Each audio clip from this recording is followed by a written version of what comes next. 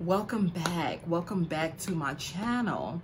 As you may or may not know by now, I started and dedicated this channel to the betterment of Black women. Black women are very near and dear to my heart. Women in general, but especially Black women, because I'm a Black woman. And I will talk a lot about on my channel about women and women being better and doing better and uniting and just, you know, bringing men into our situation when it's 100% together, as close as 100% as you can get.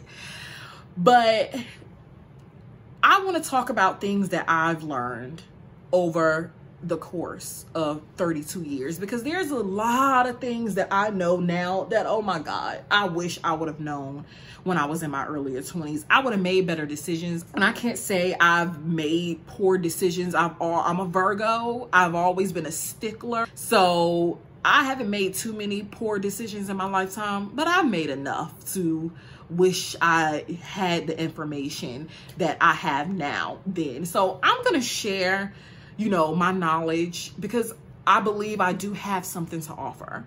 And I want people to get this as early as possible so you can have a better life, so you can make better decisions, because I'm a firm believer in getting it right the first time.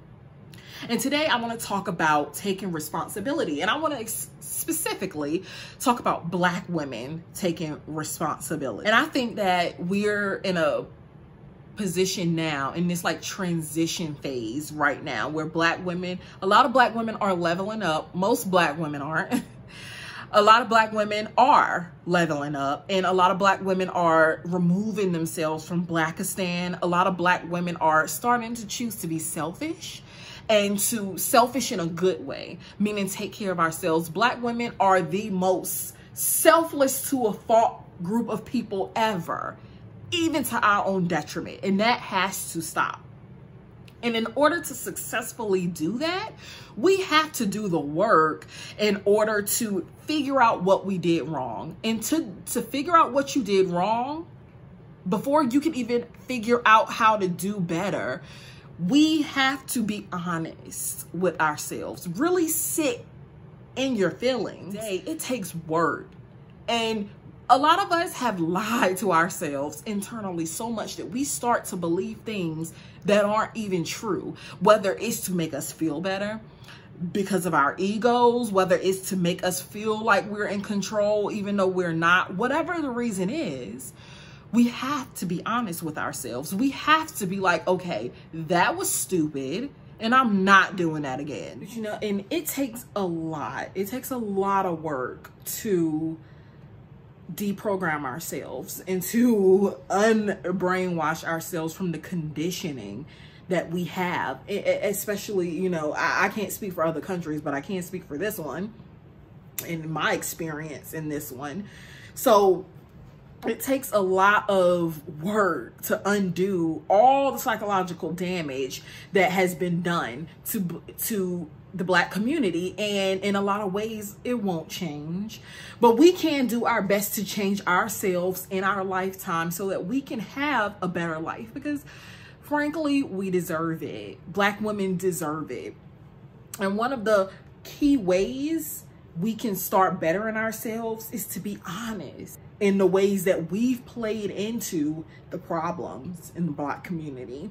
Be honest in the ways that we raised our sons improperly and babied them, so when they're adults, they don't want to take responsibility. They want women to essentially be their mothers that have sex with them, like, and want them to do everything. And that is Black women's fault in many ways. And that's could be a video on its own on Black women's relationships with their sons, a lot of them.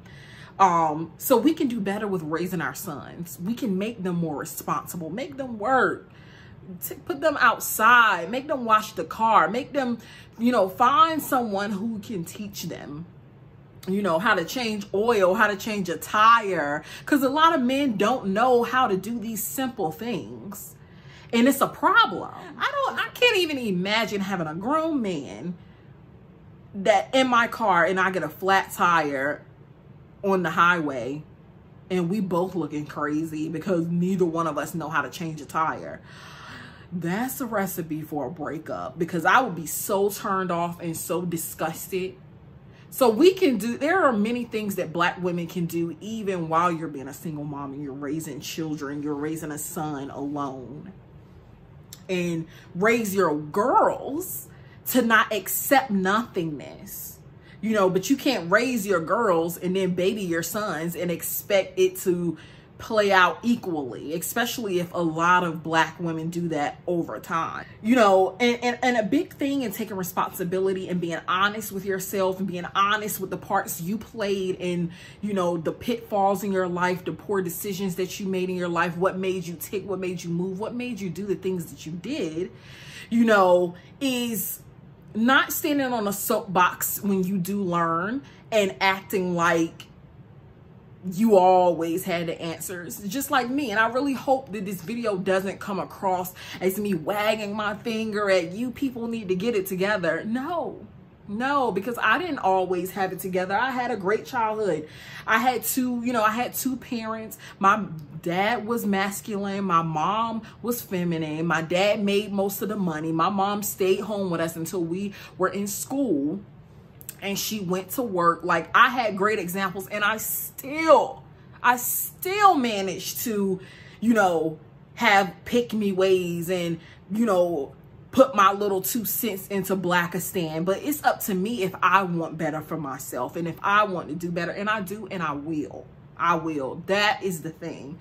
And it does take a lot of work. It takes sitting in your feelings, really being honest with yourself and sit in it for however long it takes for you to be able to come out and make different and better choices.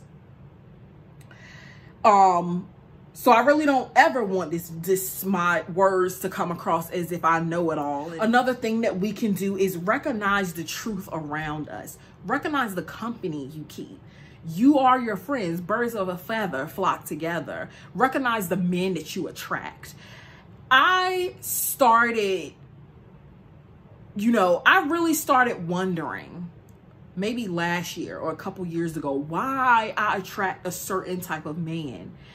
And, you know, as us women, we always went to men and, you know, if they were like hood rat guys or something like that, or street guys, or just raggedy guys in general. And we always, you know, I would find myself asking questions like, do I come across as a woman that will sleep with you on the first date? Do I come across as a woman who do this and that, you know, fill in the blank?